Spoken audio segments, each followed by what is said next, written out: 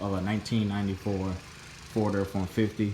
If you had to do your power steering gearbox, had to replace it, I found the easiest way to, once you get the gearbox back on, the easiest way to put the hoses back on.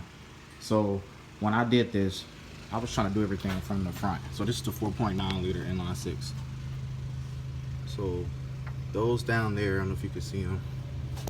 This is your low pressure, the one that's more forward, and then the one that's aft or back is the high pressure.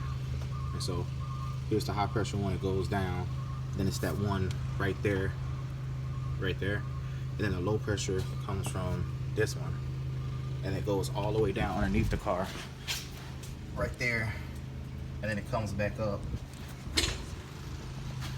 and then it's this one here, the one that's forward right there, the big one.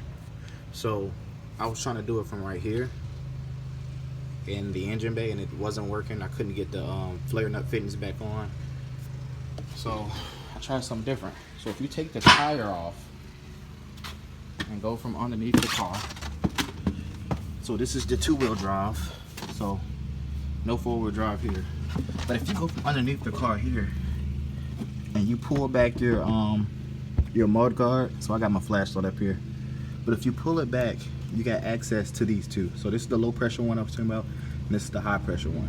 So when I put my gearbox back in, it wasn't in like directly like this, it was kind of tilted.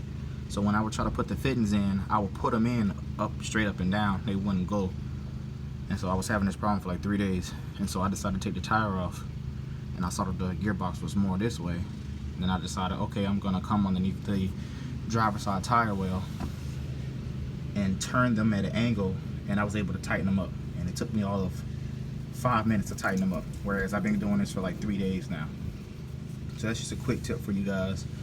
I looked on YouTube, couldn't find anything, so I guess I decided to make this video. All right, thank you.